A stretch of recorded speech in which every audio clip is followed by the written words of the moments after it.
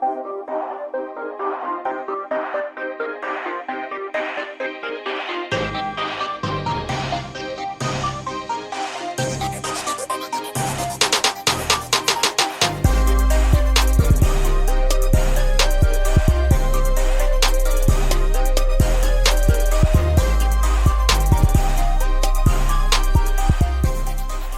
bass is dropped on the new edition of Soccer Down here. It's March 25th. It's a Wednesday. That means it's a Wall Pass Wednesday, and we're taking your questions. Whatever's on your mind, soccer or not soccer, because that's kind of where we are these days. Lots of different things to touch on today. We'll talk about the tournament bracket that I set up for Atlanta United's greatest goal ever. We'll talk about some of the goals that didn't make the cut, because I think it's easy when you're looking at it from the outside, like, oh, well, this goal should have made it. This goal should have made it. When I went through just all the way back through all the goals scored in official competition, I wrote down 88 goals. And I know that there's some that I left off that would probably get on the list if I went through again. So we'll put down 100 as very good goals in Atlanta United's history. It's a lot of goals. And then you break it down to 64.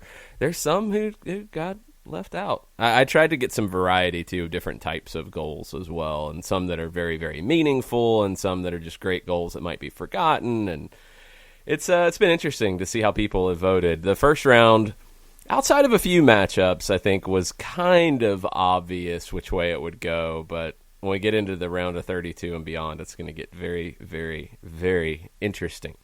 So share your thoughts on that. We'll get into the United States Soccer Federation media conference call yesterday. We'll talk about everything going on with the new CEO and everything around that. But, John, what else is on your mind this morning? Well, you went down the one-hit wonder rabbit hole, and for me that turned into almost War and Peace by the time we got on the air. It's one-hit wonders, John. It shouldn't be that big of a deal. But there were a lot of one-hit wonders, at least in my impressionable music listening. Well, see, this is what I want to see, because a lot of times this is how this conversation goes about one-hit wonders. It's like, this is a one-hit wonder. Actually, no, they weren't. They had a second hit. Or they didn't have the hit in the first place. It was just a song that you really liked. Yeah. All right. You've got Come On Eileen, Dexy's Midnight Runners. Yep, that one would qualify. Let's see. Probably something along the lines of Heartbeat by Don Johnson. I think I've had this conversation before, and I actually think he might have had another hit. Yeah. Let me double check that. So let's get into his musical career. No, he didn't. Not in the United States, anyway. He had a number 6 hit in France that was number 2 in Germany. Tell It Like It Is. Don't remember that one. Yeah, 1989. He had a second album, I guess. That's what you get for hanging out with Barbra Streisand. Yeah. Yeah, well, he had a featured single with her, too. So yes. Actually, no, kind of he wouldn't qualify, because that went to number 25, which would qualify as a hit. So Don Johnson does not qualify as a one-hit wonder because of the duet with Barbra Streisand. All right. Oh, Mickey by Tony Basil. Yep, that one would absolutely qualify. Oh, Yeah by Yellow. Yep, that's a great one. Let's see. I'm trying to think of, I would leave out, Axel F., Harold Faltermeyer from Beverly Hills Cop. That's an interesting one, because I'm not 100% sure it would qualify as a hit. Let me double check it. All right, let me make sure I get the right one, because that one's been covered by a whole bunch of people. Okay. Yeah, it was a number 1, so yes. Peter Schilling's Major Tom. Yep, that one qualifies. That was one that I was going to put in my mix today, but I went with some others. Okay. I'm trying to think of others off the. I mean, because I liked what you did with Putting on the Ritz, bringing that one in. That was solid. I didn't pick that one. That was a retweet. Okay, well you know then, how Twitter works, right? No, apparently not. I didn't post it. I retweeted it. And I do give Stunner full credit for recognizing my cameo with the rock group Mountain. By the way, That was back in the day for you. Yes, it was. Not the Falco version of Der Kommissar, but the After the Fire version of Der Kommissar. I don't know if that one was the hit. I thought the Falco version was the hit. Yeah, but then you had the After the Fire version come in behind it. Yeah, but I don't think it was a hit. That's what I'm checking.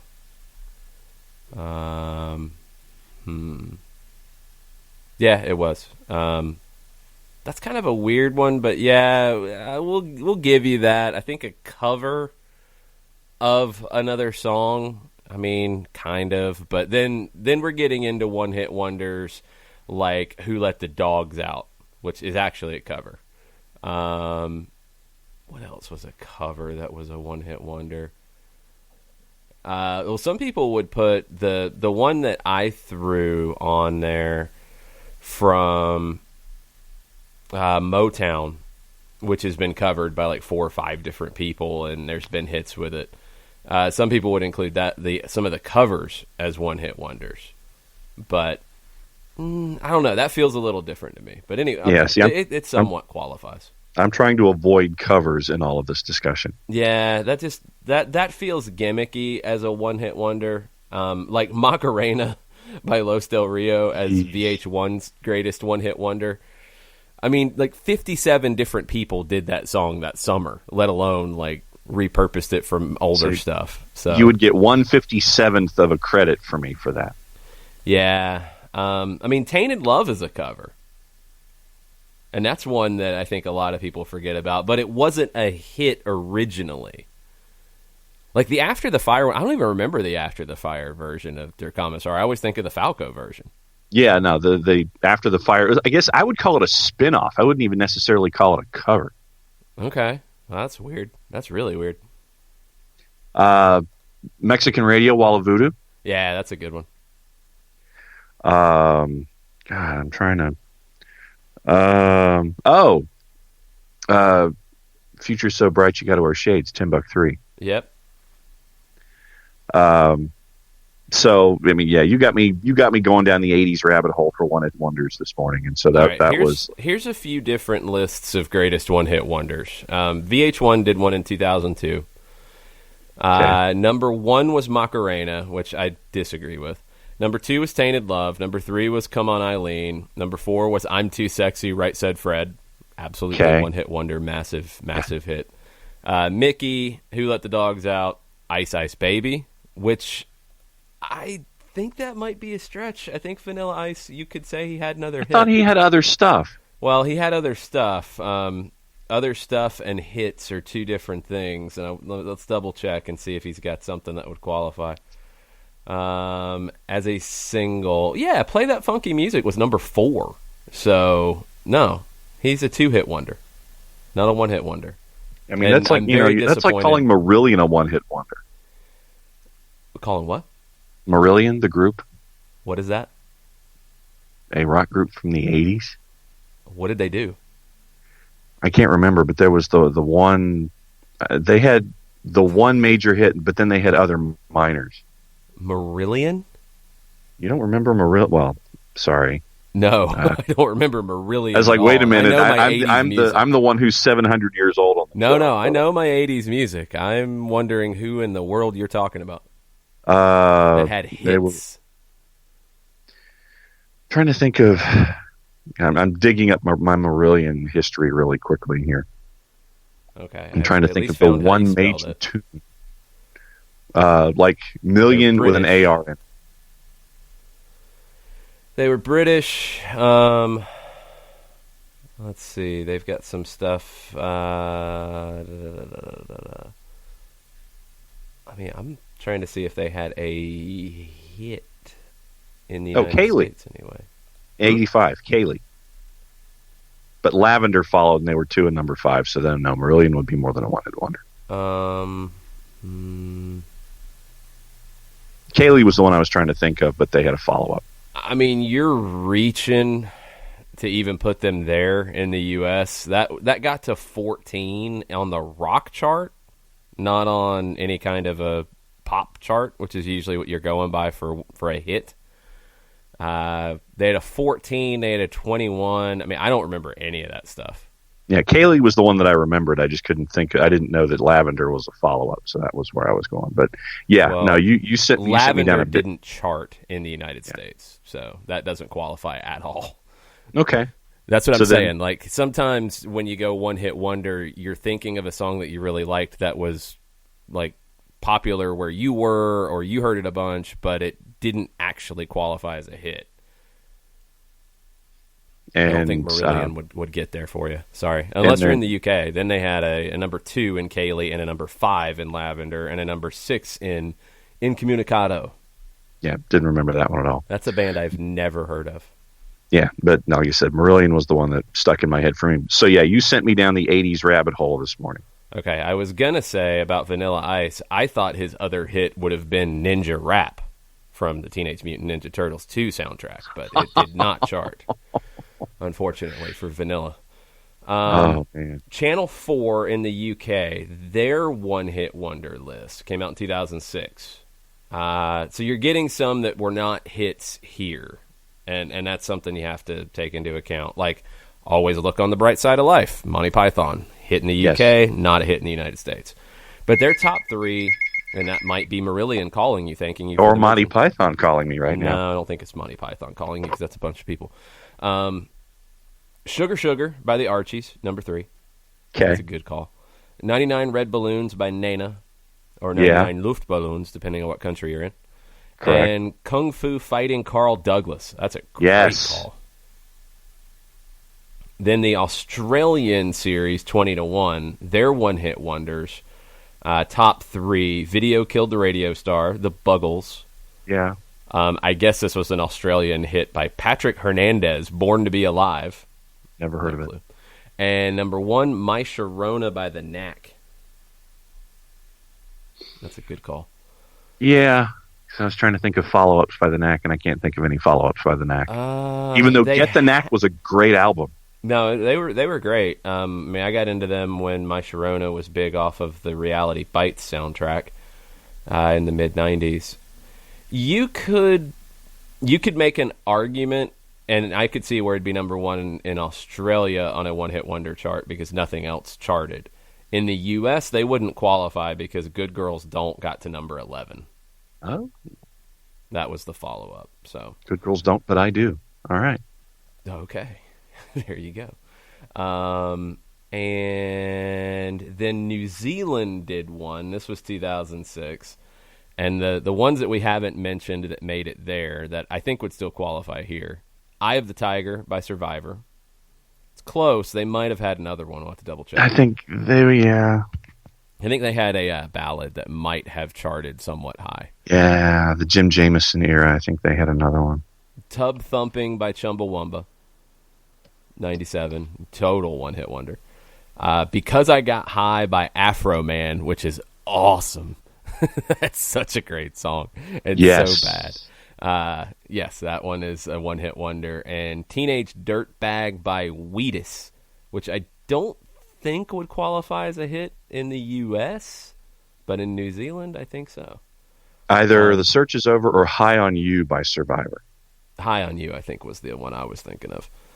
You could make. I mean, again, it's kind of getting into, it's on the alternative chart. Teenage Dirtbag by Wheatus at number 7. Would that qualify as a hit in the United States? You could get some argument about it. I would probably say no. I think you have to go by the main pop chart because that's a hit to everybody. Yeah, no, I'm down with that rationale. All right, so that's your one-hit wonder rabbit hole that we started. Somebody suggested one-hit wonder playlist for my morning playlist, and that was kind of fun. I wanted to leave a lot on the table for people to suggest as well, but Mark Morrison, Return of the Mac, is one of the greatest songs ever released. It's true. Yes, you and Orrin Romain agreed on that one. But yeah, Chris Hutchison and you went back and forth with a lot of stuff. Well, my favorite that was on there was Real Life, Send Me an Angel, because it was in the movie Rad, which is an incredible movie. Crew Send Me an Jones Angel was right my now. hero as a kid. Oh, Kurt McGirt with a couple this morning. Okay. He says, the new Radicals, you only get what you give. Okay. I'm going to have to go off for a minute. I hate that song. I hate that song so much. Despise that song. I have no idea why. But that song, like every time it comes on a radio station on Sirius XM and it can be played on like 5 different ones, I change the channel. Click. If it was on MTV back in the day, change the channel. Hated that song. I think probably just the overplay is probably what lent to it. No? Wow. Just on premise. Okay. No. Let me finish. It was, I think when that came out, the guy, because New Radicals was really like a guy who was the band. He did everything. And if I remember right, he did a bunch of interviews around that time and was just kind of a jerk. And that rubbed me the wrong way about it. And I can only remember what he said now, but I just remember I can't stand that song. So no, that would not make my playlist of one-hit wonders because it would make me angry. Thanks, Kurt. Natalie Imbruglia's career. No, not her career. Her song Torn. That was a great song. That was actually a good album. I like that album. And Neneh Cherry. I like Neneh Cherry a lot. I went with Eagle Eye Cherry, which is definitely a one-hit wonder. Neneh's brother. Let me see if Neneh had what you would call a hit in the United States. Buffalo Stance, probably. Yeah. I loved that one when I was first like really getting into music. Okay, so in the U.S. on the Hot 100, yes. No, she would not qualify as a one-hit wonder. And I don't remember this other song. Kisses on the Wind went to number 8 on the Hot 100 chart. Don't remember that one either. So she's a 2-hit wonder. See, I remember Buddy X. Buddy X was one that came out a little bit later, and man, there's another one. Because there was another one that she did that, if I remember right, Michael Stipe was on it. And I am drawing a blank at the moment. Yeah, but she would be a 2-hit wonder, actually. Trout, that was the song with Michael Stipe, and that was a great song. So wow, step ahead of me on that one. Well, it's called Google. That's where I was going, but A, you were faster than I was. B, I didn't remember the Neneh Cherry Michael Stipe collab. Well, that's why in Google you type Michael Stipe and then N-E-N, and then it pops up. Oh. And I agree with Chris Hutchison. He says that MTV needs to return to their original format, but I guess that's why we have MTV2. I don't even think MTV2 plays all videos now. Like, you got to go to MTV Classic, which kind of combined MTV. I think there was a couple different MTV, like old school video channels, and VH1 Classic, which was pretty good. I liked VH1 Classic because they'd pull shows and concerts in. Like, they just lumped it all together, and they do some like formatted hours of stuff, which is okay, but when they just do random videos, it is as random as you could possibly imagine. It'll be like Michael Jackson followed by Chumbawamba followed by Judas Priest. Like, I mean, it's just, there's no rhyme or reason to it, which is pretty entertaining sometimes. Let's see. Katie Weaver and Joe Johnston are going back and forth on jerseys, and Katie Weaver actually has a soccer question this morning on a wall pass 9:21. Wednesday. We've got a soccer question. I like it. Yeah. Katie asks, in her unofficial analysis of the quote "your 4 influential soccer players" end quote Twitter lists, okay, she's seen a lot. She's seen lots of Dempseys and a few Donovans. Why do you think that is? Deuce would make my list, not that anyone asked. Is Dempsey v. Donovan the American soccer Ronaldo v. Messi? No, I don't think it is. I think for a lot of people, Landon Donovan doesn't get the credit that he should. And there's a couple reasons why. Landon Donovan didn't spend the majority of his career in Europe. Dempsey did. Donovan played in MLS. I think if you compare the two as the greatest American player, you're going to probably be able to just split the difference. They were both like at the top of the chart. But I think that for a lot of people, there's more respect for Dempsey because of what he did with Fulham and then with Tottenham for a minute. And Donovan doesn't get the credit for what he did when he was on loan with Everton later. But I disagree with so much of the conversation that went around Landon Donovan earlier in his career that, he should have just went back to Europe. He should have just stayed in Europe. He should have stayed in Europe. So he should have stayed at Bayer Leverkusen, not played, and wasted away like so many players that we can just go through a list of 20, 30 players, and he never would have turned into what he turned into. He should have done that instead of doing what he did? No. Not everybody's built the same way. Landon, and I think he's been pretty upfront about challenges that he faced in his career, and mental health was a big challenge for him. He wanted to be in a place where he was comfortable, and he also wanted to play. And that was not Germany young in his career. That wasn't Germany when he went back to Bayern and played under Klinsmann. And sadly, probably that experience is what cost him the 2014 World Cup in some part.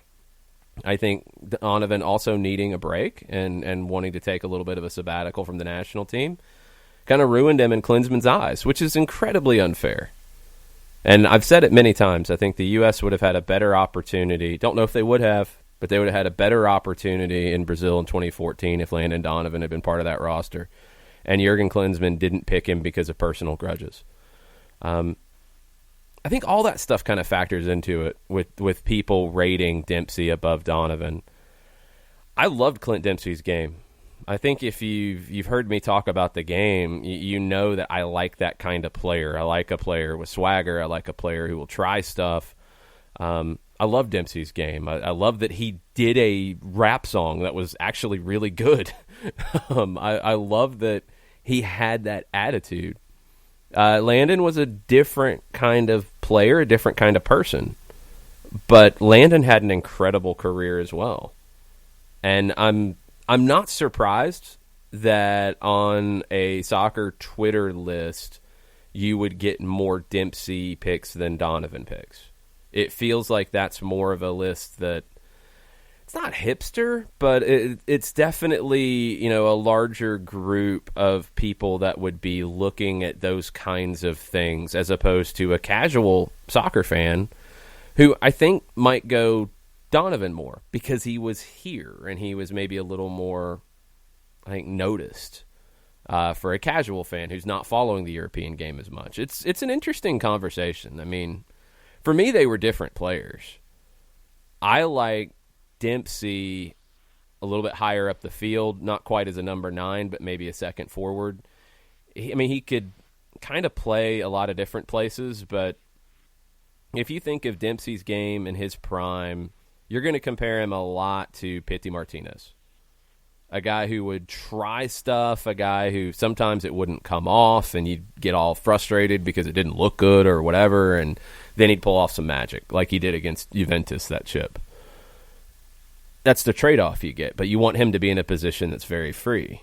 Donovan could play out wide in a 4-3-3. He could play as that second forward. He could play as a number 10 and behind. He's a much better passer than he got credit for. I think Donovan's maybe a more well-rounded player than Clint Dempsey, but Clint Dempsey had magic. And Donovan had some of that, but Dempsey had magic. And there's players who have that magic that you will accept different things from than a more well-rounded player. Like Dempsey, you're not asking him to come back and defend as much. You're going to take what you get from him because usually it was really, really good. You want him to be free to just go find the game himself. Donovan could fit into a system. Donovan could do different things. He could track back. He could, sit back and be a little bit of a playmaker. Like Landon was maybe a more well-rounded player, but Dempsey could be as or more effective because he just had that magical ability that some do. Now, I look at the Dempsey and Donovan thing. I look at them as two different ways, but two different approaches to trying to get the same thing done. But at the same time, I look at, it's the discussion that we have about P.T. Martinez and the terminology that Felipe gave us with the diferente, the artist, the one that colors outside the lines. And that you're going to have those moments of great individual work, and at the same time, then you're going to have those moments of genius, the ideas that come across where, sometimes it works, sometimes it doesn't. Yes, it's maddening. Yes, it's frustrating. But at the same time, when that moment of magic comes off, you sit there and go, yeah, that's what I'm talking about. So, I mean, I look at them as two different ways of trying to get the same thing done, and I appreciate them both for what they do. If I had to pick one as the greatest player in U.S. history, I couldn't pick two. If I had to pick one, I would probably go Donovan. It's not a knock on Dempsey. It's just if I had to pick one, I would go Donovan because I think he's a little more well-rounded. But I'm not surprised because of the European experience that more people would lean Dempsey. I just don't think Donovan would have become what Landon Donovan became if he had just tried to tough it out. I don't think that's for every player. And it's something that every player who has to make that decision should consider. For the amount of Dempsey's, Bocanegra went to Europe and did really well, Brian McBride, Claudio Reyna, you can go all through the years and find them. For those, there's a lot of players that you probably have forgotten their name who went to Europe and weren't in the right situation and it didn't work out. A player like Freddie Adu, for example.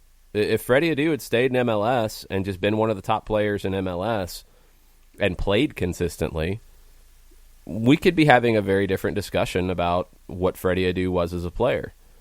The times that he was playing consistently, he was a very, very good player, and he brought something to the national team even as late as 2011 in that Gold Cup. He brought things that you didn't have in the player pool. But he went to Europe and bounced around and kept finding bad situation after bad situation and not playing consistently and getting loaned out, and it completely stunted his development. So that's the risk you run. It's not for everybody personality-wise. It's also you have to make the right decisions, and if you're in a bad one, you have to hit the escape button as quick as you can and get to a better situation, or you just languish. Is there one player that we've watched on the national stage here in this country? And I'm not going to use the word disappointment because that's not where I'm going with this.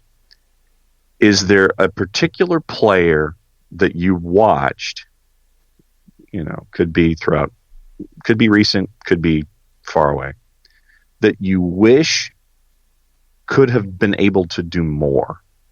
That it's, untapped potential, however you want to phrase it, without it being disappointing as an output for a player. Is there one player or a couple of players out there that you wish you could have sit there and said, man, I wish that this player could have been more of an impact in his or her era? Is there one that stands out for you?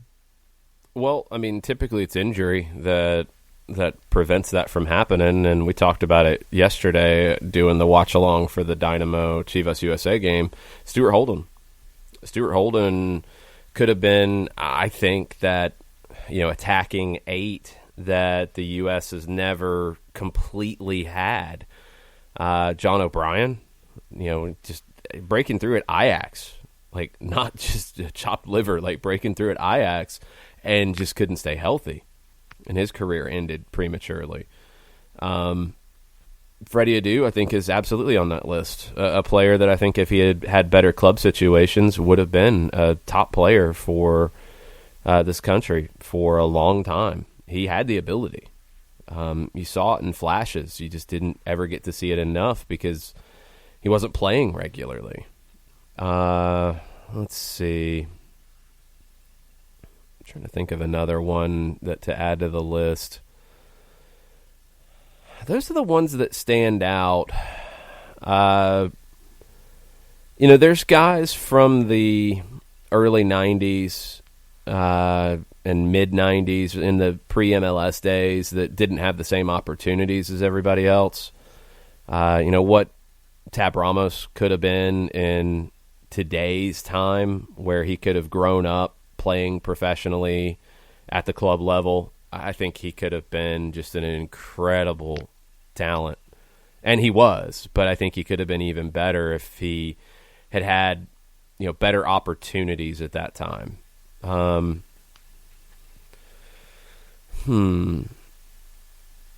that I thought in the later 90s would be a bigger player at the national team level than he ended up being, and some of it was because of who was around him, was Roy Lassiter. Just pure speed. And I think a better finishing ability than he got credit for. But he was also at the era where early on he overlapped with Eric Winalda. A little bit later he was overlapping with Brian McBride. He's one that I thought could have ended up being more. Eddie Johnson's another one. And Johnson had some injury issues, and he went to Europe maybe at a bad time and lost a couple years. But Eddie Johnson had some explosiveness that we just have rarely seen in a U.S. men's national team shirt. And that was why I wanted to pose the question, because we always have those, wish he woulda, wish he coulda, would have loved to have seen more of ABCD, and that was why with the Dempsey Donovan question, where a lot of folks would sit there and say, well, I wish that player X would have been able to do more here, and that was why I wanted to bring that up. Okay. So that was where my brain was working this morning. Let's see. We have Joe and Katie discussing jerseys. We have the bracket what are they discussing discussion about jerseys. Okay. Well, I was just Is it a private conversation? Are you going to share it? You've mentioned it a couple times, and I have not heard anything about their discussion. All right. Joe Johnston. We all know you love the five stripes, and this is the way it's phrased. It's for all of us. But who's your favorite MLS team based on home kit design and away kit design? And what's your favorite MLS kit of all time? For Joe, it was the 96 Kansas City Wiz home and away with the Wiz logo. I appreciated their willingness to be outside the box on a Wall Pass Wednesday. The 96 kits, I like the DC ones the best because they were a little more traditional, but the Kansas City ones were great. I love that they incorporated the rainbow stuff into it. That was really unique at the time. I've liked when Portland's gone throwback. I think their throwback look is as good as it gets. My favorite was the white with the green trim. I really liked a completely underrated one that I wish they hadn't gotten away from, the Galaxy's yellow and green, because it was a different color combination in this league that has a lot of similar color combinations. And they did different things. I liked the sash the best, but they did like a bar down the left side as well that was green on a yellow shirt, wore green socks with it, green shorts.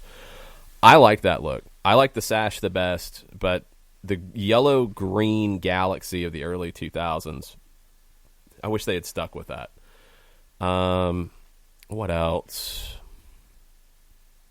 The Dallas Hoops look when they did the red and white, and then they did the blue and white as the alternate. That was a good uniform set all the way around.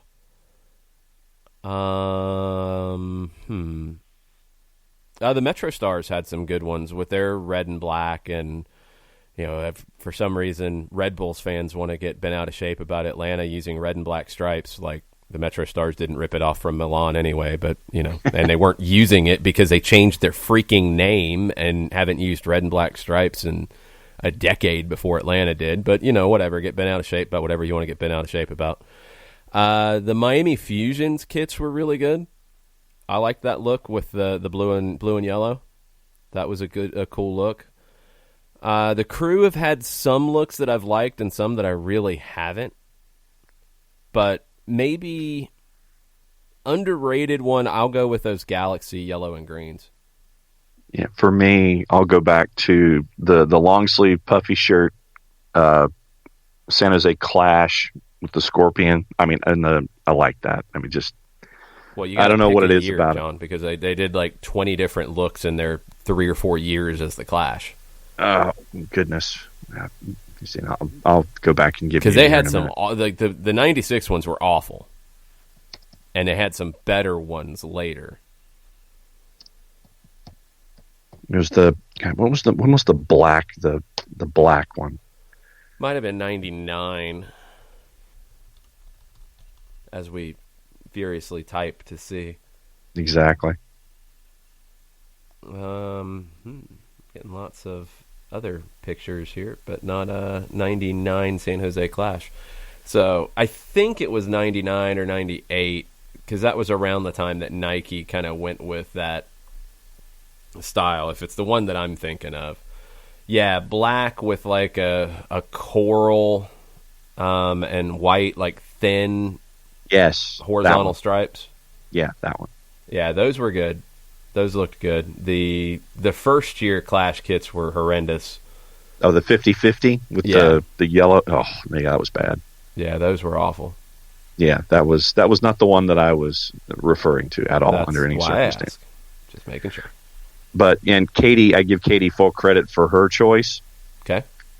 She says the 96 Wiz is a great shirt, but one of her favorites is the Houston Away 2018. The black with the MD Anderson and the Astros color swoosh across the center, and I just like the fact that it's the MD Anderson and the word cancer is crossed out as a part of their marketing campaign. But no, I'm with Katie on that one. Yeah, it wasn't even about the sponsor for me. It was about the style of the kit. That was a great one. Bartimus Prime in on a Wall Pass Wednesday. His what could have been players. Okay. Number 1, Clint Mathis. Just felt he never hit his peak. Injuries, too. I mean, injuries and I think a stint in Germany where he didn't get the time that he should have.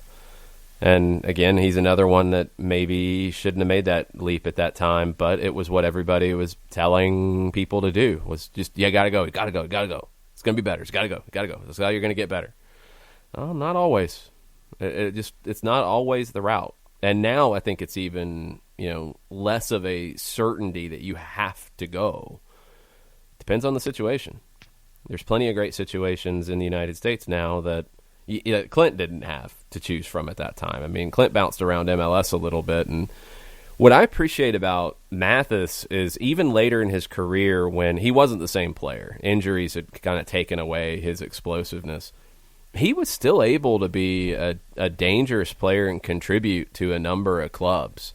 I mean, he was part of Real Salt Lake's 2009 MLS Cup winning team. He had some big goals for Colorado in the playoffs before that. He had big moments even later in his career. He scored in that crazy Galaxy Red Bulls game for the Red Bulls in 2007, Beckham's debut in the New York area. He had big goals late in his career when he wasn't the same player. He found a way to still contribute and be involved. Number 2 for Bart, Julian Green didn't capitalize on the World Cup bump from 2014. I always felt like, and it's not to say that he's not a good player, but I don't think there was much there to begin with. I mean, he was at Bayern Munich and never got into their first team, which, I mean, happens. It's not an easy place to get into. And I think at one point he didn't want to go out on loan, which was a bad decision by him, and it stunted his development. And he just has never really shown anything consistently at the club level, I think, to expect more. And yes, I know he scored against Belgium, but it felt like a gimmick of a selection by Klinsmann in 2014 to pick Julian Green instead of Landon Donovan. And I think that was a huge mistake that hurt the national team in that tournament. I just don't think Julian Green's a national team level player. I don't think he's ever shown that at the club level to be that guy. Bart's third one, Gideon Zalalem from Arsenal Academy to SKC Loney. Well, it's injuries. His is easy. I mean, it's not even about like, oh, he didn't make it at Arsenal. He was on the verge of breaking through and had awful injuries that ended his time there.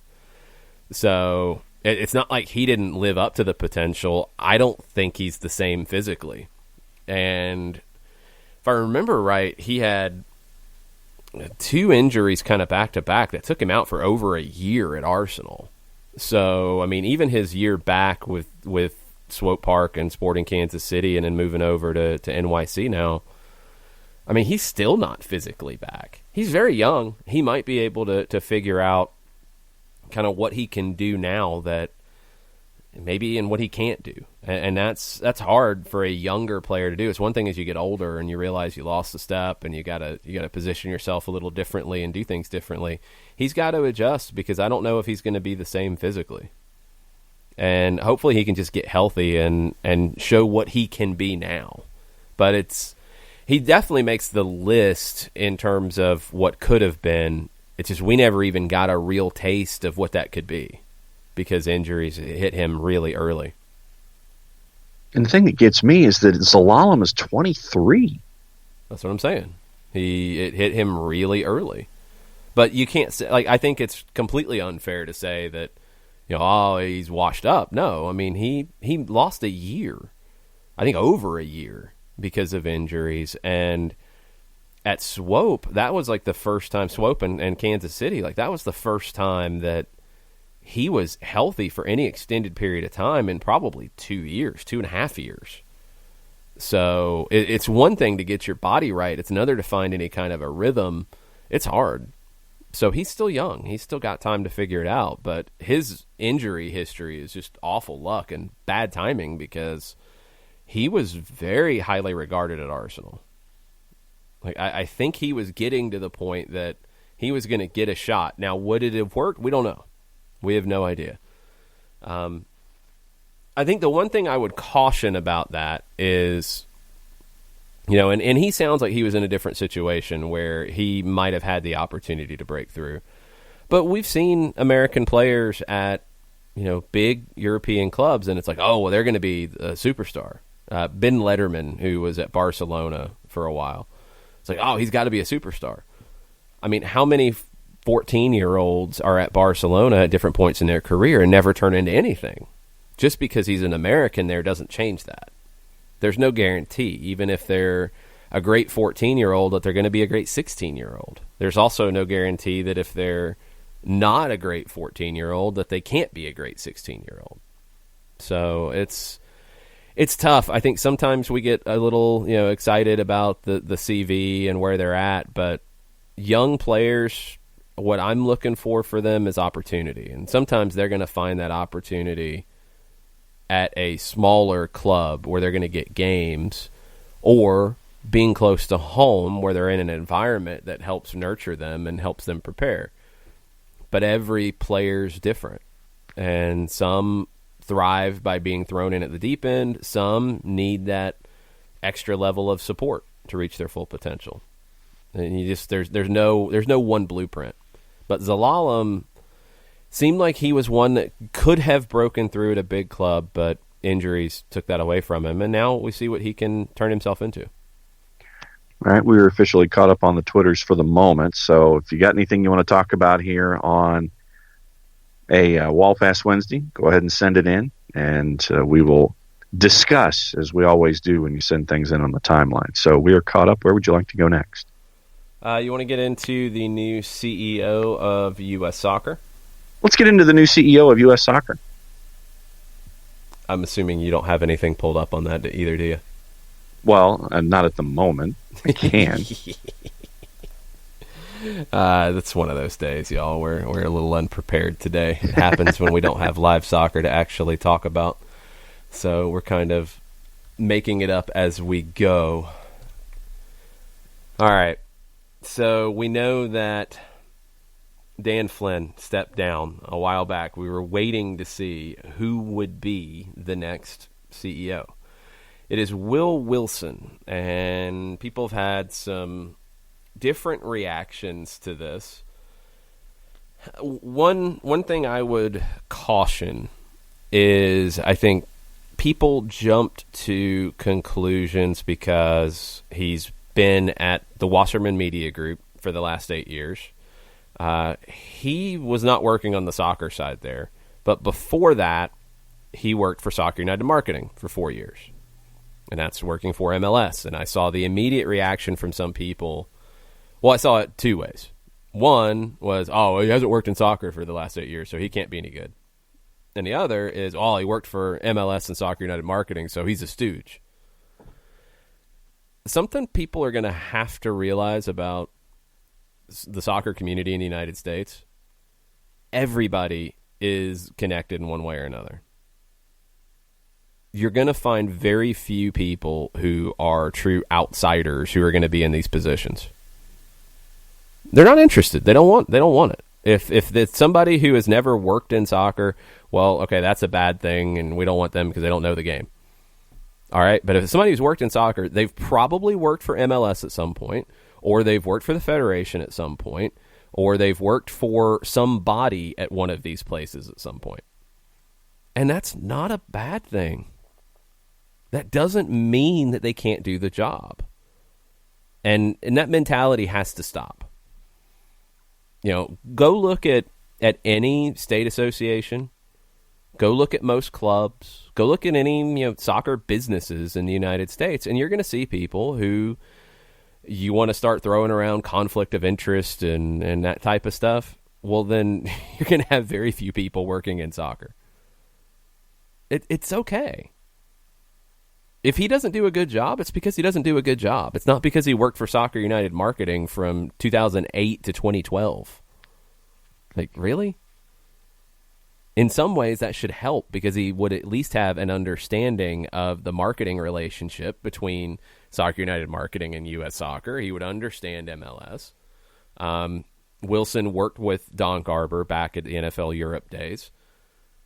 And I will continue to say it. And I know that this bothers some people, but Don Garber has done an amazing job as commissioner of MLS. And I don't understand why people want to blame everything that they don't like about promotion relegation or MLS being in some markets and not in others, or whatever you want to yell about MLS with. Blaming everything on Don Garber. This league, when Don Garber took over, had 12 teams, and 2 of them were in a very bad situation, and he was able to navigate a way to not shut the league down and grow it to what it is now. That's impressive. It is. We haven't seen a league like this in the United States soccer history. So I'm not looking at that as a negative. I'm looking at that as a positive that this guy has worked with Garber and has worked with Soccer United Marketing and knows it. Garber said, I've known Will Wilson for quite some time. He is highly respected throughout the sports business industry and is the right person at the right time to help guide U.S. Soccer. I have confidence that he will be a collaborative and thoughtful leader and a great partner with new U.S. Soccer President Cindy Parlow-Cone as the Federation manages through a multitude of crucial issues and opportunities. I want to see what he can do.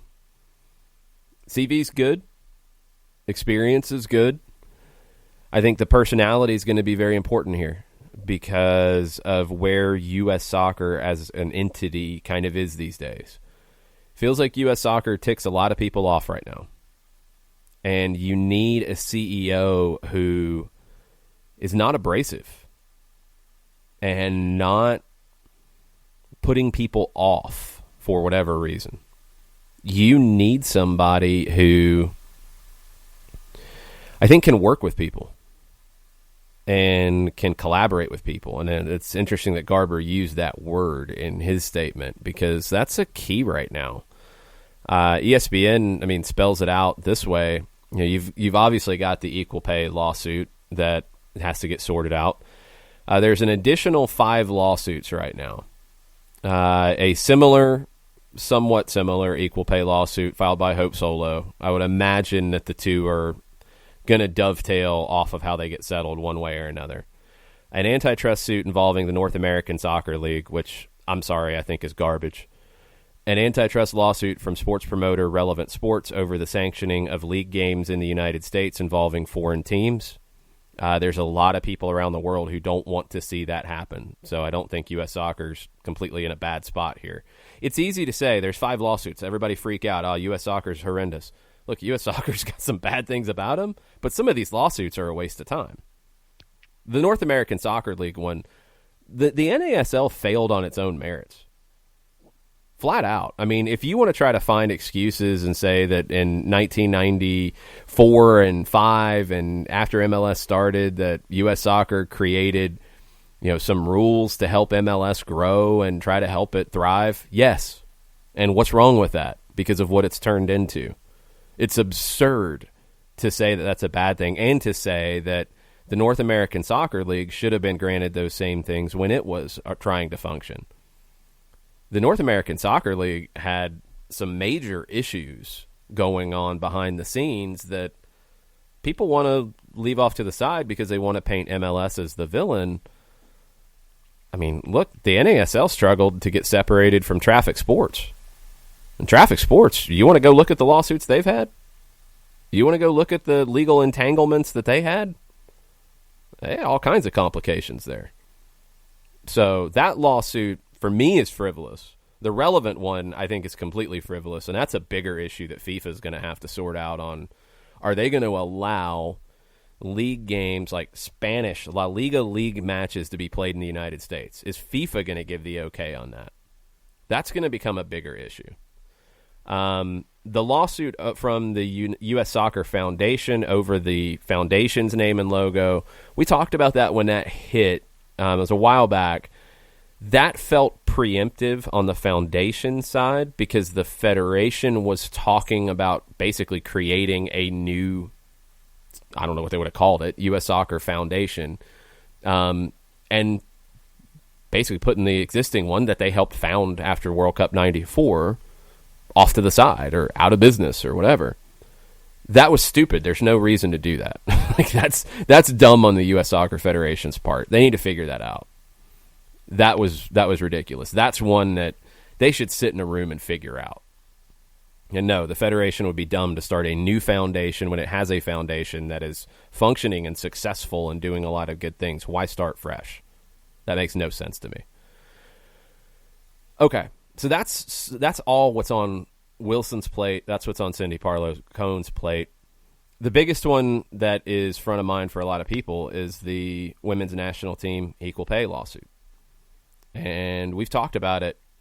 They need to figure out how to get to equal pay potentially without paying them in the same manner, but paying the same amounts for national team work.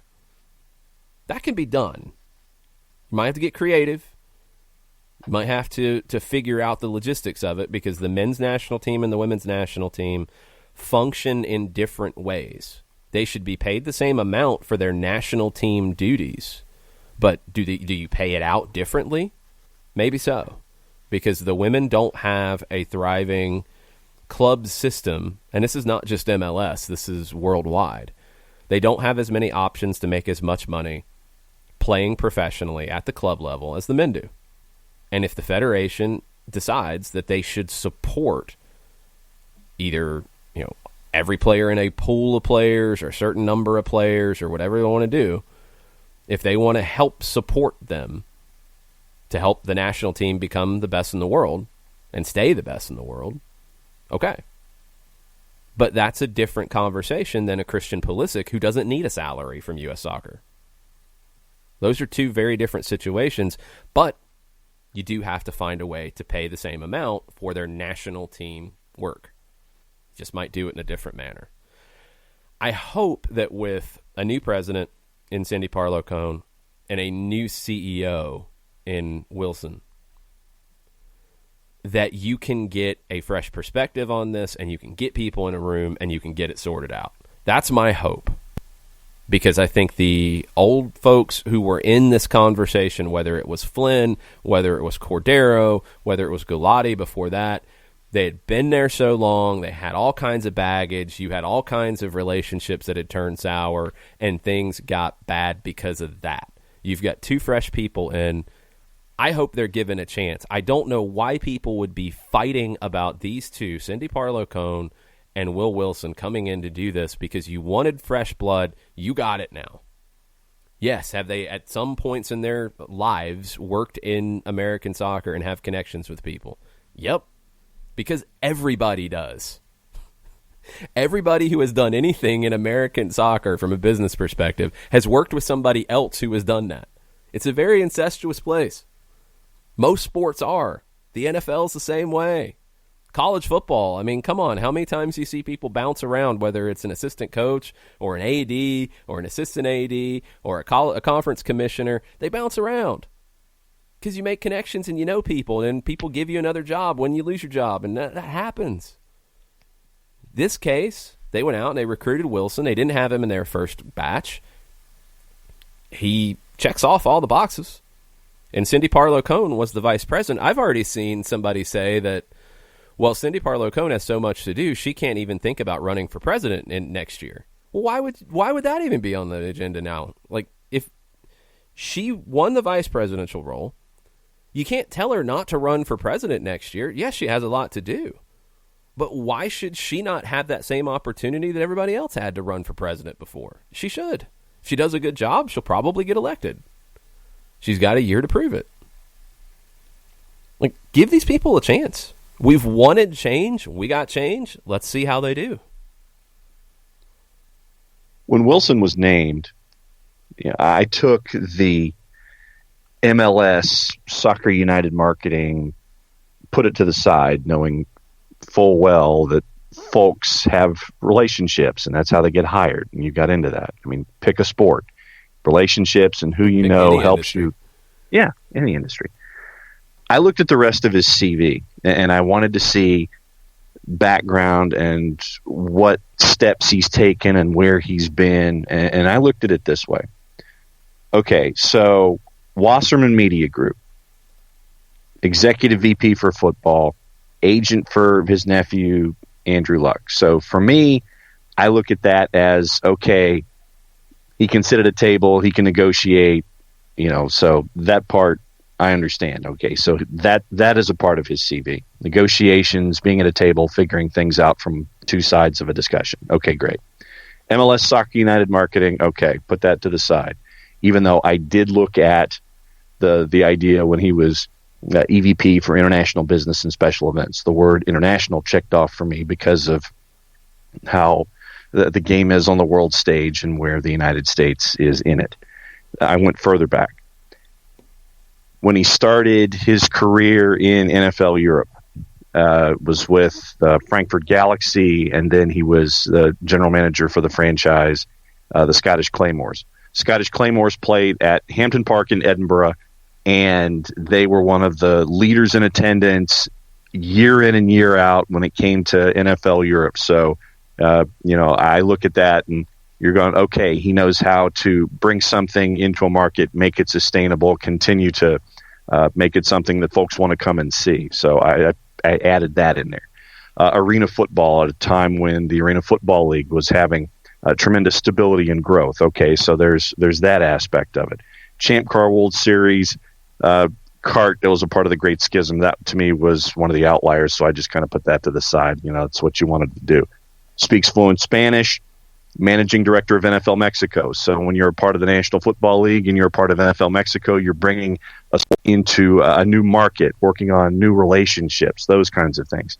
So looking at every stop along the way for Will Wilson, I was looking at, and what I took away from it was the ability to be in relationships, work with other people, work in international markets, work in things that are outside of just an office. And so for me, I'm more than willing to give Will Wilson a chance, considering what his CV looks like and the relationships that you would anticipate that he was a part of in each of the boxes that he checked off along the way. I think you got to remember that he's not coming in a vacuum because he's also coming in alongside a new president. So you really do have everything in place for this to be a very different United States Soccer Federation. They've got to deal with this women's national team lawsuit first. It's got to get done. That's what Cindy Parlow-Cone and Will Wilson both said, that it's the top priority right now. It's a bad look. They got to get it resolved. They've also got to rebuild the relationship, rebuild the trust. I think that can happen. Does it happen, just at the snap of a finger? No. You've got to prove it. But I think that can happen with a former women's national team player in the position that Cindy Parlow-Cone is in, and she's not in a paid role, just so everybody understands what the president of U.S. Soccer role is. She's not paid. She's a volunteer, which I don't know if that's necessarily the best route, but okay, fine. That's how the federation is currently set up. Wilson is paid. He's the CEO. He's the important one in terms of the day-to-day. They've got to be on the same page. They've got to rebuild this relationship. With him coming in fresh, with her and her relationship with the women's national team, also with Kate Markgraf, former teammate of Cindy Parlow-Cone, former teammate of many influential people in U.S. soccer, I think this can get done. And I think you can start to rebuild it, and I think you can move forward.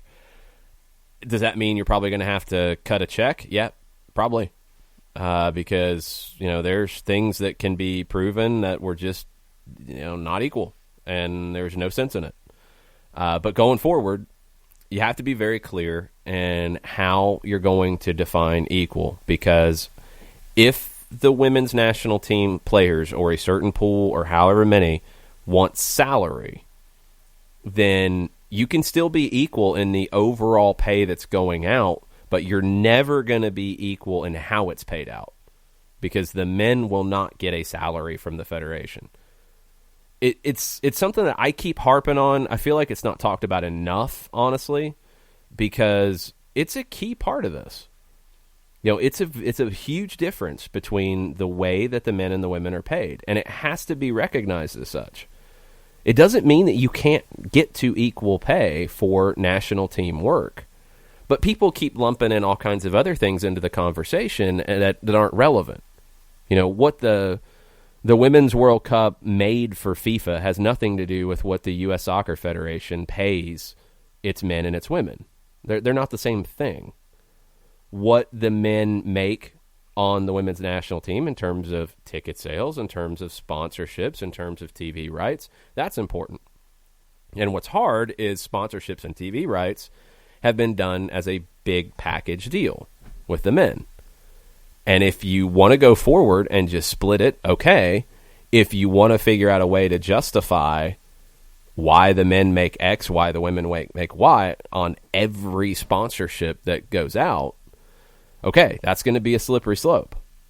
And that's going to be one that, I don't know. We'll see how that goes. But I think you have to get to a point where you are paying them the same or the same percentage of what comes in. You can get equal in different ways. But I have a feeling that it's going to look different in the amounts that are paid out because of that salary component. If the women want to keep with that. If they don't, then the push, and this is where you're going to have to figure it out, is how the federation supports the NWSL growing, because they can't control other professional women's leagues and the growth and the pay there, but they can affect the NWSL. And is it going to grow to a point that the women's players do not need extra support from the federation? I don't know. And we'll have to wait and see how that happens. So it's complicated. Like, it's not just a simple, just pay the same. Just pay equal. And I understand why we're in this point, but I hope that the grandstanding stops. It has to stop now. Molly Levinson, spokesperson for the U.S. women's national team players, I get it. She is doing her job. But she said in a statement after all this with Will Wilson being announced and the conference call, the solution here is clear, simple, and unequivocal. Equal, period, pay, period. Okay. But stop Stop making the statement. Stop doing all this now. You've got fresh people in. Let these people do their jobs. Give the new people an opportunity to get it done. And especially right now where they can't have a face-to-face meeting. And ultimately, that's how it would get resolved, in my opinion, is if you got Cindy Parlow-Cone, Will Wilson, whoever's negotiating on the women's national team player side, lay it all on the table, come out of there with a deal. That would probably get it done faster than anything else. Well, you can't do that right now. So you're going to have to deal with phone calls and video conferences and everything else that all the rest of us are dealing with at the moment. And give it a little bit of time. I think the statements, the grandstanding have to stop right now for the good of the game.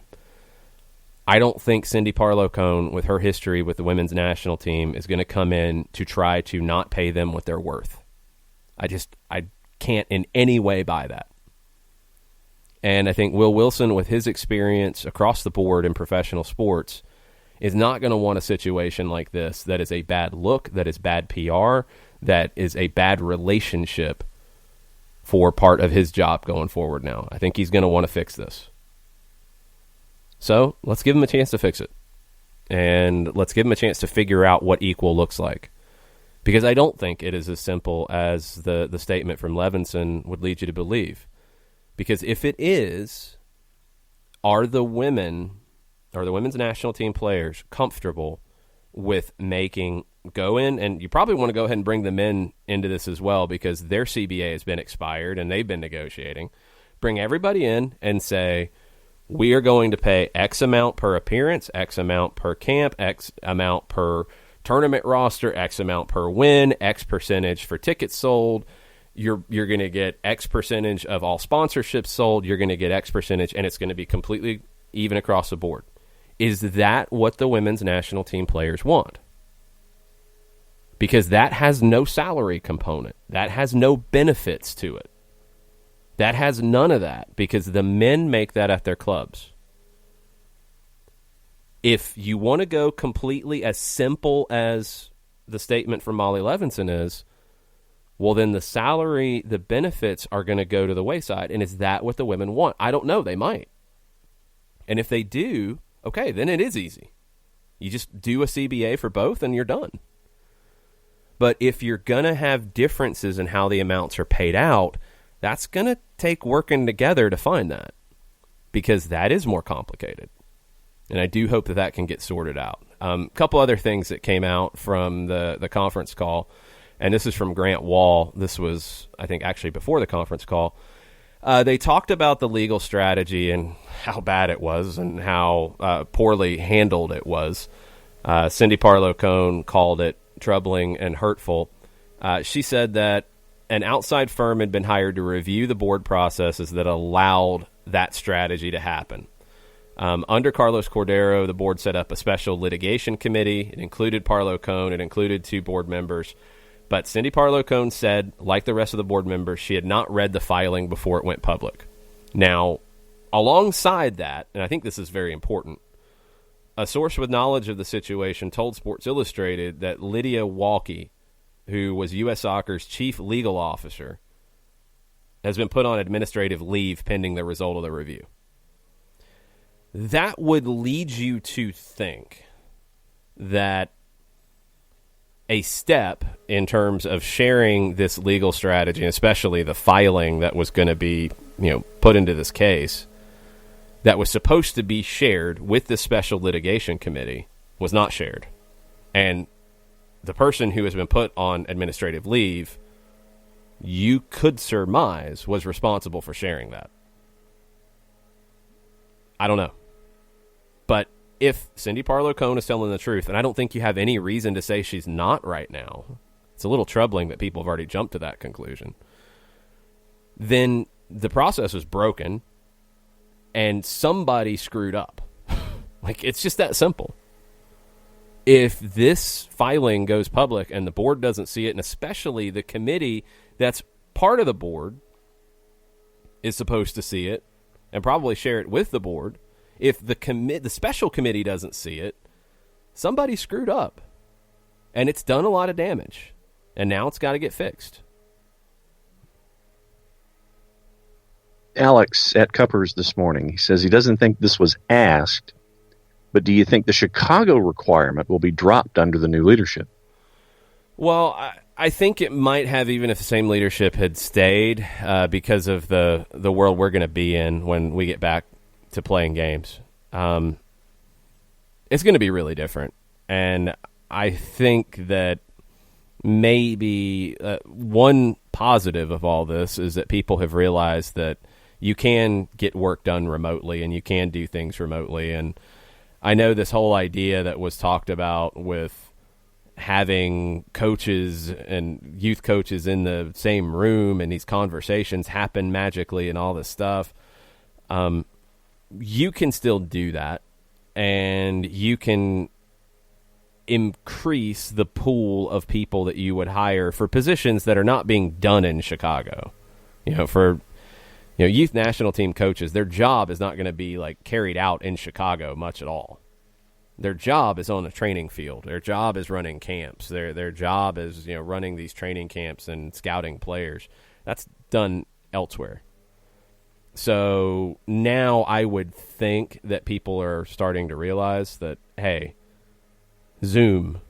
I think Zoom has maybe gotten more use in the last few weeks than ever before in its lifetime as a business.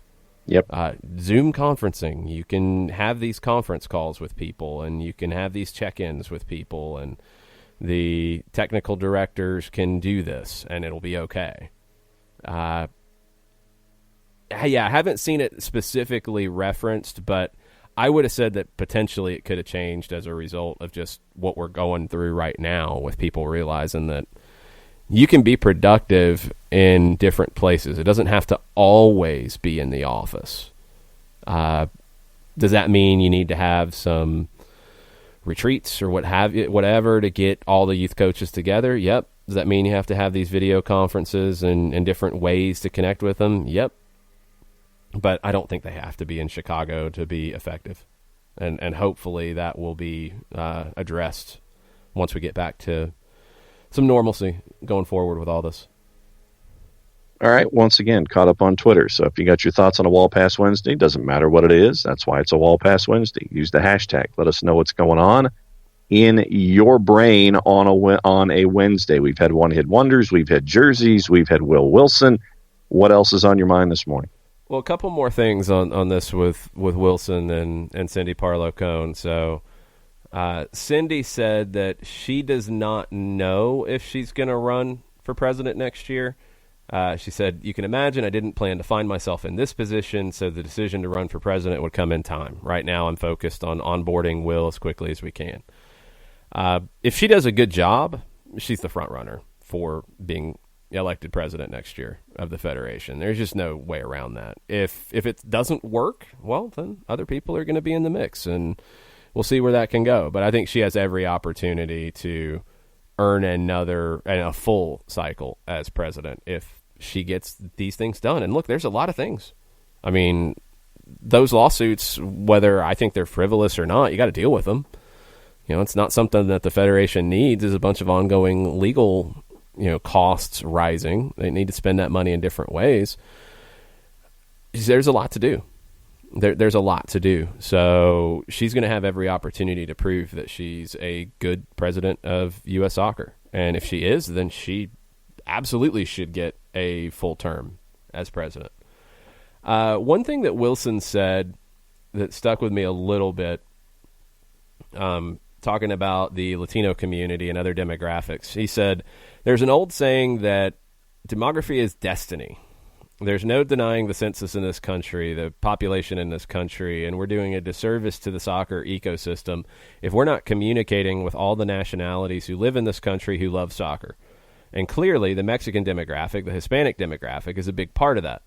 So I think what you'll see from me over time is a very concerted effort to engage directly with all the demographics who love soccer in this country and find a way to unite these Bedouin tribes, if you will, behind the United States."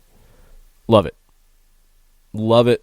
Absolutely 100%. And I'm glad that that's one of the early focal points for him because it's absolutely needed. And it's been sad that it hasn't happened up to this point, and if he can accomplish that, I will be very, very happy because it will strengthen the game as a whole in this country. No doubt. Agree with you completely where that's concerned. All right, let's get into the tournament that I set up on Twitter, the Atlanta United Greatest Goal Tournament. So it hasn't been as many as I thought it might be, but there's been questions about certain goals and why they didn't make the cut and stuff like that. The way I did it, I started with a large sheet of paper that was blank, and I kind of divided it into sections. I did create seeds for the top 4, and I think these are fair to separate out because I didn't want them randomly matched up in the first round. The 2 MLS goals of the year that Atlanta United has had, the 2017 goal at Orlando from Tito Villalba and the 2019 goal, Joseph Martinez at Cincinnati, his second one of the night.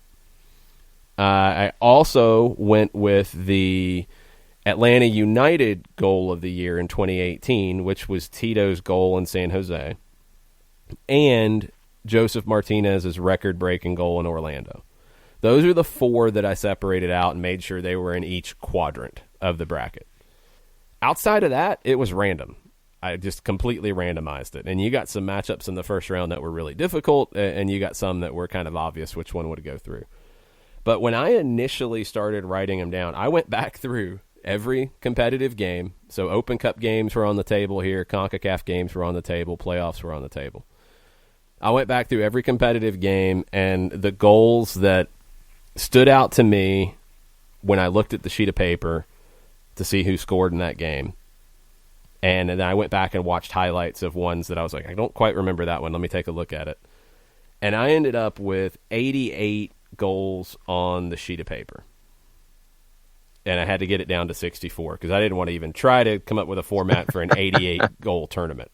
I could have. You'd be the NIT all of a sudden. It would have been very complicated. Didn't want any part of that. So I wanted to get it down to 64. So then I started picking the ones that had to be in it and working down that way. So there were some that were left off to the side that I wish weren't, when I went back through it. There's some goals that I really liked that didn't make this. One was the first goal in club history, which I think if it wasn't the first goal in club history, it wouldn't be looked at the same way. It's a nice goal. It's a good ball from Tyrone Mears, but it's meaningful. But is it a great goal? And that's the balance of this. And that's what I saw a little bit of a discussion today was, I just called it the greatest goal in club history. I just called the tournament that. You define how you want great to be. And it's interesting to see because you've got all kinds of different goals with this team. You've got beautiful team goals with 5-6 passes and a tap-in. You've got rockets from distance. You've got, all kinds of different stuff. You've got free kicks. You've got headers. You've got goals that were, in MLS Cup finals. You've got goals that were in Open Cup finals. And you've got goals that were in losses. So it's kind of runs the gamut, and I wanted to put the video of each one up so you could get a refresher as you look back at it too. So I tried to go back and pick the point in the highlight video that started with the goal, the setup for the goal, so you'd get any kind of build-up that there was to it. But a couple goals that were mentioned that did not make the list, the first goal from Yamil Assad, the George Bello goal in 2018, which was on my initial list, but it didn't make the final cut. What else made my list that didn't make the final cut? So 2019, we'll work backwards. Let's see. Franco Escobar's goal that won the match against New England in the playoffs. That one was on the list, but didn't quite make it. Heineman's goal against Club America, the first goal in that match. It's a great team goal. They didn't quite make the list. Pitty's goal against St. Louis in the Open Cup. That made my list, but didn't make the final cut. Joseph had a couple goals against Houston that were really good in 2019 that didn't make the final cut.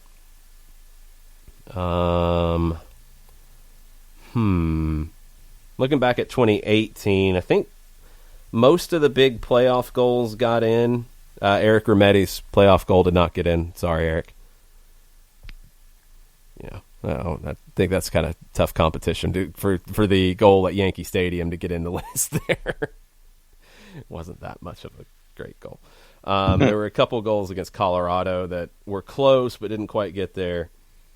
Some stuff from 2017.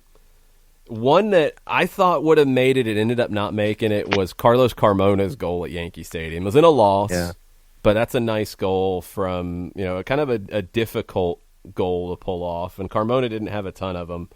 So that one made my list, but not the final cut. Tito's goal against NYC at Bobby Dodd was one that was really close. He kind of made a looping run to the outside and ball played into space, and he scored from about 15 yards out. It's a really nice goal, but it didn't quite make the cut. Joseph's goal against San Jose in 2018 is another one that I thought might make it, but it didn't quite make the cut. So it's been kind of cool to see all the response to it. The first round matchups, outside of a few, I thought were mostly fairly easy to pick. But when we start getting into the round of 32, it's going to get weird. I was going to ask you if there were any surprises that won the polls in round one. Well, the Section 4 is up right now. Go back through the first section real quick. The margin for some, it's like, okay, I didn't think it'd be that big of a margin, but one that was maybe one of the toughest first-round matchups was Franco Escobar ended up winning this with his goal against Red Bulls in 2018 in the playoffs. Pretty close over Joseph's goal at Portland in 2019. Like, it's just a tough matchup anyway. But yes. I thought maybe Joseph's goal would go through. I think I would have voted for Joseph's goal. Yeah, but I would have. Meaning for Franco is probably what got it in there. But that was Franco won that with 54.3%. That was the closest of the first section. Let's see, Section 2. The absolute closest one that we've had, I can't imagine there's going to be a closer one, is, and I don't have the final vote count here, but it's 50.3%. So it could have been a vote or two. Wow. Julian Gressel, 2017 against Minnesota, which gave the team the lead with 10 men, ended up losing the match. But that goal is a great goal. That barely is beating Pity Martinez's goal against Minnesota in the Open Cup final. They ended up winning the match. So Gressel's goal will go through with 50.3% of the vote. That is easily the closest.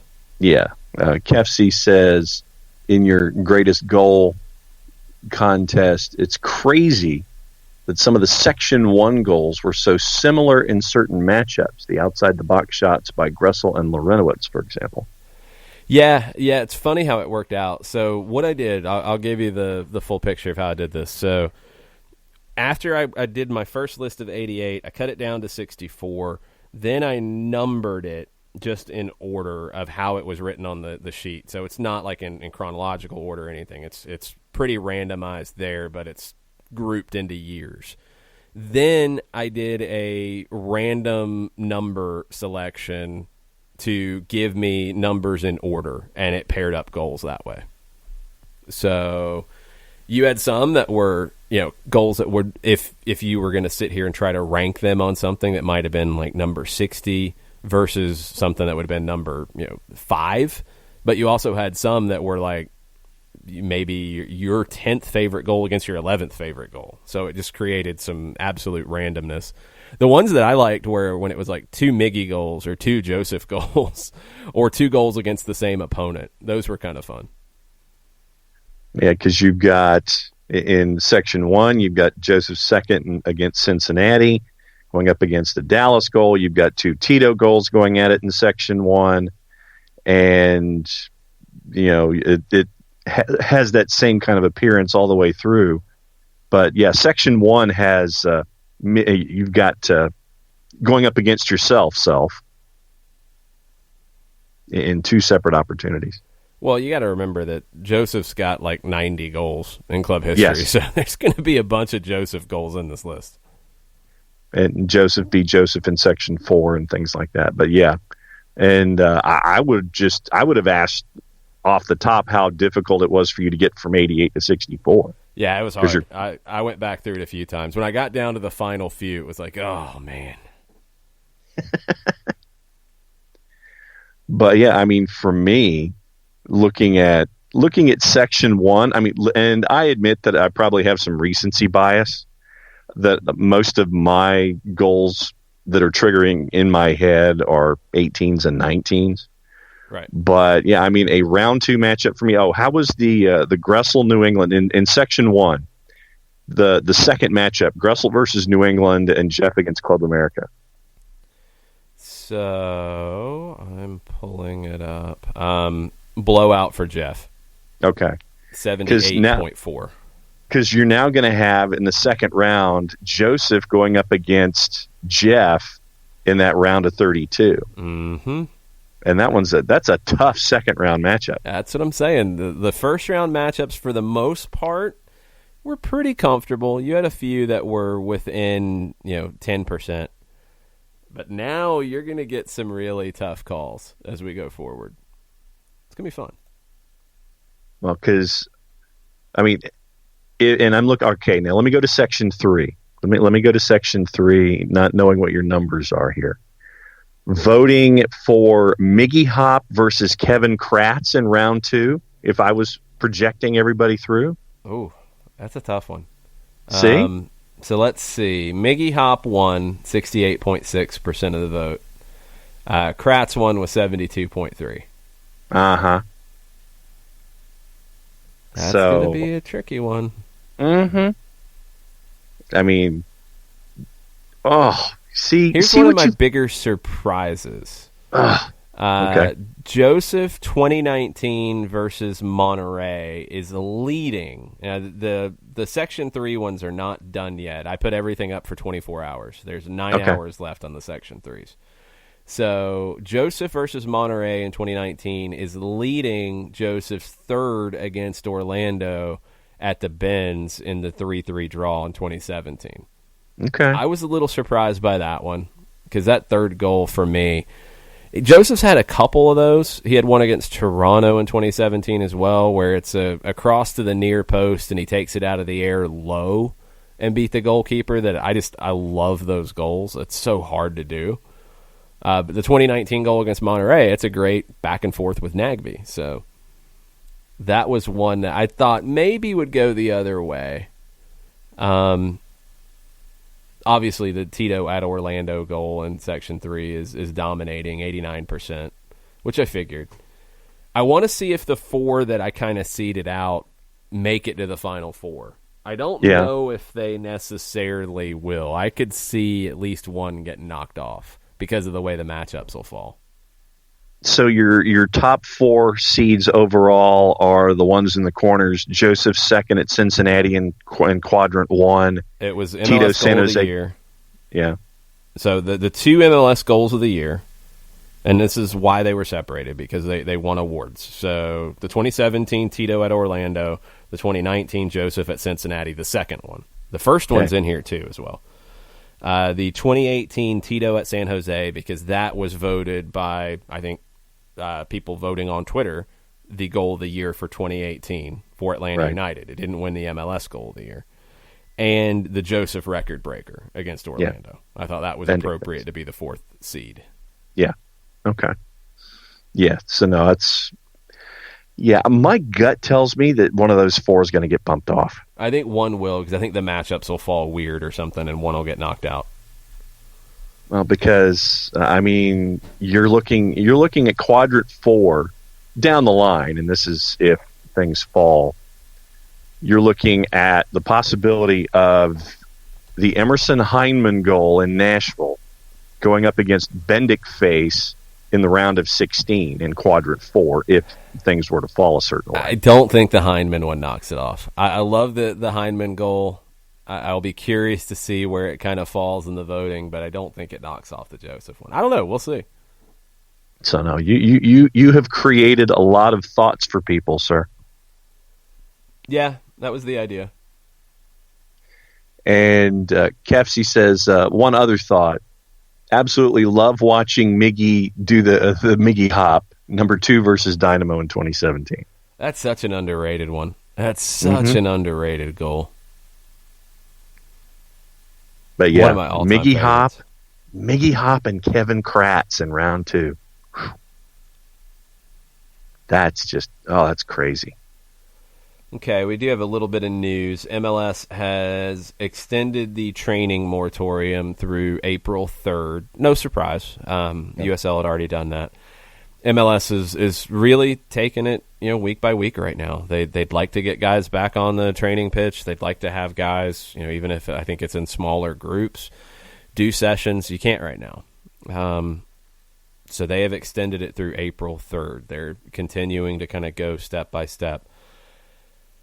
I don't know. I don't know what the best approach is. I don't know. I don't think any of us really know right now. Government officials included these days. And we'll see what happens. But, I know everybody's itching to get back, and MLS teams and USL teams and everybody's included. But, right now it's just not safe to do so. So MLS will continue to not train at team facilities through April 3rd.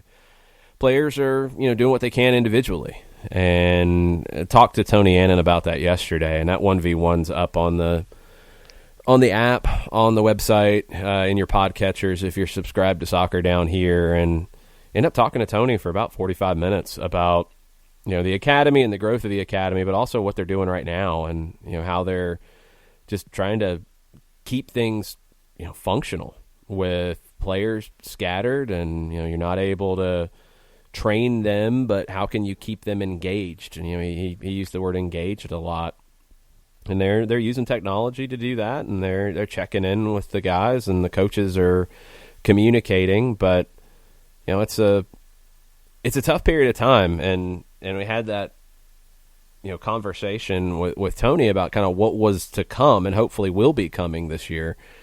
This is a year that you could see a lot of younger academy players play with Atlanta United too. We've seen Will Riley at 16 become a fixture for Atlanta United too. But there's more coming. And this time period would have been so crucial in preparing them for those opportunities later on. And now, it's down a lot more to the individual players. And it's something that, I've talked about it before when it's come to injuries. Johan Cruyff's quote about every disadvantage has its advantage. One thing that Tony said that was really interesting, without giving away the whole interview, because I want you guys to listen to it, he talked about how they've been able, because of this stoppage, they've been able to look at things that maybe they haven't normally had time to do. They've been able to plan further ahead because they're not, on the training pitch right now. They're not worried about logistics of games coming up. They're not worried about those things at the moment. So they're able to think and plan in a deeper way. And that's been an interesting opportunity that Tony is really jumping on right now. But go check that interview out. It was a lot of fun to just catch up with Tony, but also to get kind of deeper into things than normally he has time for, to be perfectly honest. I mean, the guy's very busy.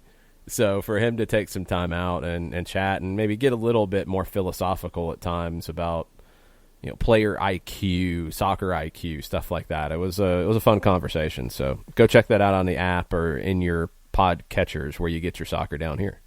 And we got another couple of 1v1s. We released one yesterday with Vice Chair, Chief Branding Officer of the Greenville Triumph, Doug Irwin, and asked him some of the same things. Caught up with Sean McDaniel. president, general manager of the Chattanooga Red Wolves in League One. That's going to be out this afternoon as well. And it was good to catch up with Sean about the building of CHI Memorial Stadium, where that stands, all of the issues that they're having to tackle right now as that's coming online. And we'll be catching up later today with friend of the network, Darren Van Tassel, to get the perspective of South Georgia Tormenta. And there have been a lot of different things that have come out, because you're looking at Darren and Nitra are business owners in addition to operators of a franchise in one professional sport town. And they have athletes from all around the globe in one city, and they're having to try to stay in touch with family all around the world right now. And we'll get into the difficulties of that. Like I said, Sean's interview will be released later today. Darren's will be released tomorrow. And can't thank the League One teams for being a part of this as well, and reaching out and just putting faces on each individual market that's a part of our footprint, and kind of sharing their stories and being a part of the whole discussion, where the landscape will be a lot different when we come on the other side. Developing story this morning out of Tokyo, aside from the postponement of the 2020 Olympics. J-League chairman said the top tier plans to restart May the 9th. J3, their third tier, ready to kick off April 25th. J2 the following week, May the 2nd. And May the 9th is when the J-League is looking to get everything squared away with their top league. So they've Is that pushed back from what they were originally thinking? So I want to say they were looking at an April restart a few weeks ago. They were. They were. Yeah, they Okay. were looking at April, and they've pushed things back. And they're right now at April 25, J3, May 2, J2, J-League starting back May the 9th. So it's a gradual resumption of football in the country, and those are the timelines that Mitsuru Murai has come up with as of very early this morning Eastern time. One thing that Doug Robertson of the HAC pointed out in the MLS announcement about postponing training, previously they've required players to stay in their club's market. The league on Wednesday said that if a player needs to leave the club's market and can relocate to another market by car, the case will be reviewed, taking into account the totality of the player's situation. You know, it's something that I can see both sides of. I mean, players who are not from Atlanta, for example, but they're from other areas somewhat nearby and could drive back to where they're from or where family is, can understand wanting to do that. Flying, not really recommended right now. And depending on where you're coming from, I mean, we heard it yesterday, people from New York City who have been in New York City in the last couple of weeks are being told to self-isolate.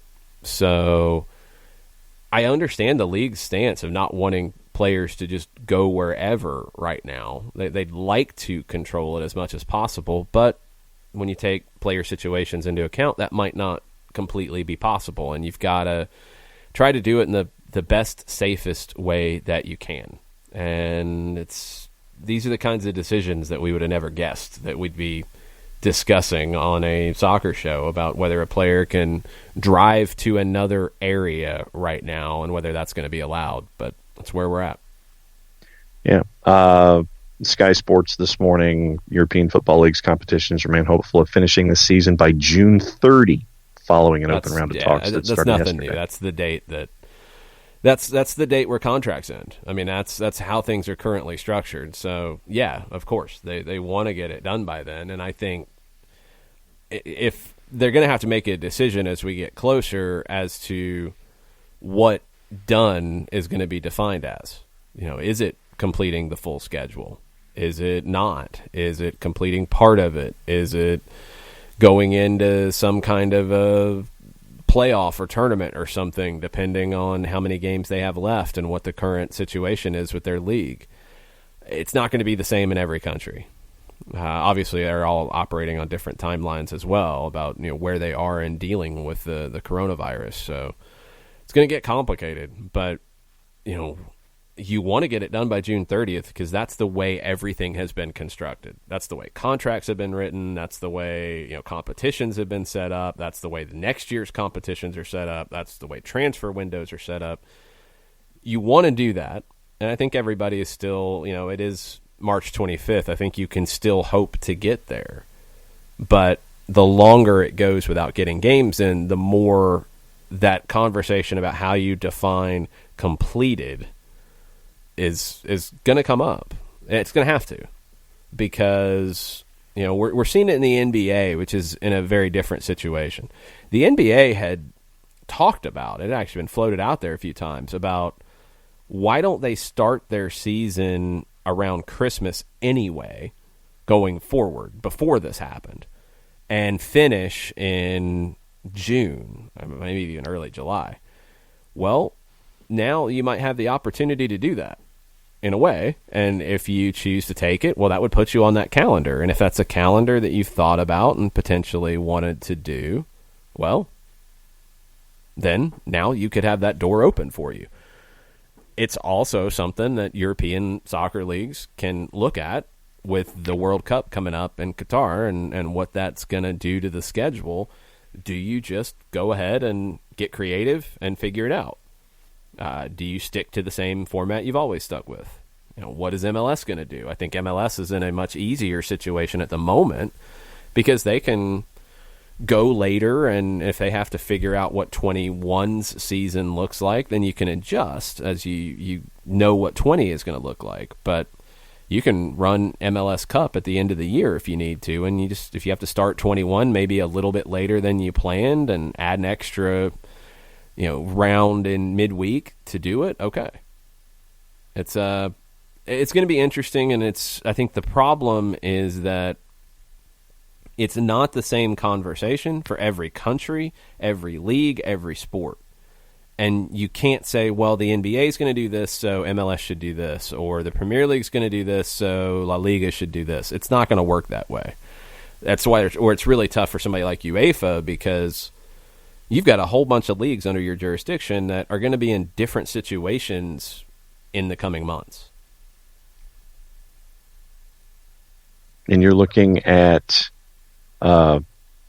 the current schedule, everything having been canceled, pushed back a year, what have you, and that's a lot of different things that UEFA is going to have to juggle and set their calendars going forward. It's not just for 2020 and what didn't happen and has been postponed. It's setting everything toward 21 and getting ready for World Cup in 22. So you're having to look at multiple jurisdictions, multiple competitions, and trying to figure out what will work the best and what will work the most for all of these different governing bodies in all the different competitions.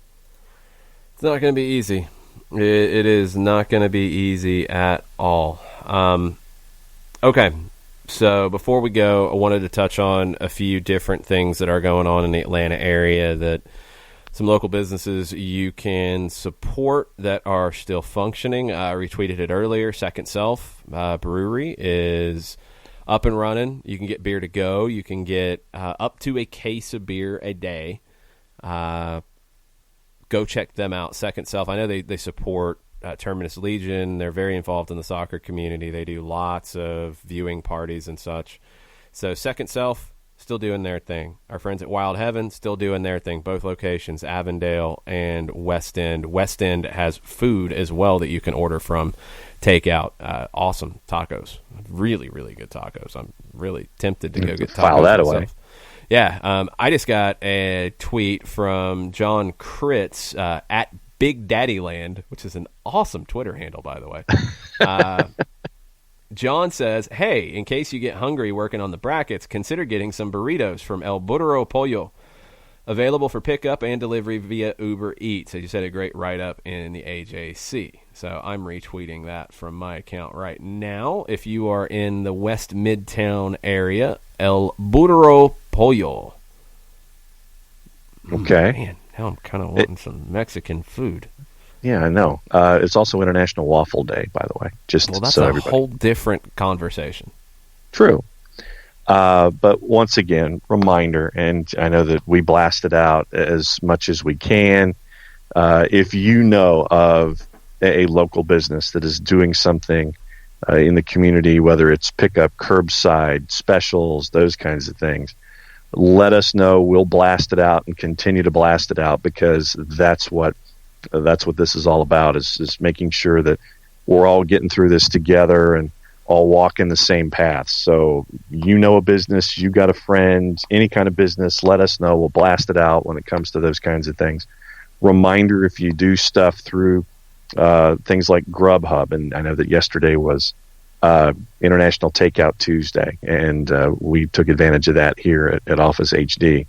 But Grubhub, if you do a service like that, you can specifically leave instructions for the business and the delivery person, how you want it delivered, where you want it left, and then that way you get to help out things locally. You get to help out the delivery drivers and all of these different elements that make what we do sing on a daily basis. So help out locally as best you can, as much as you can, because we know that situations are different for folks. But once again, blast it out. We'll blast it out in return when it comes to making sure that everybody's going forward. Yeah, add to the list the Butcher the Baker in Marietta on Instagram, TBTB Marietta. Their family meals that you can order and pick up curbside. Wednesday today, barbecue pulled pork, collards, baked beans. That sounds pretty good. Lots of different stuff out there. So please let us know your favorites that are doing curbside, that are doing delivery via Grubhub, Uber Eats, Postmates, what have you, and shout them out so we can shout them out. We definitely want to spread the word as best we can. I think that's a show. We'll have Stoppage Time later today. It will be a remote version of Stoppage Time, and hopefully that will all go well. We will see. This is going to be interesting.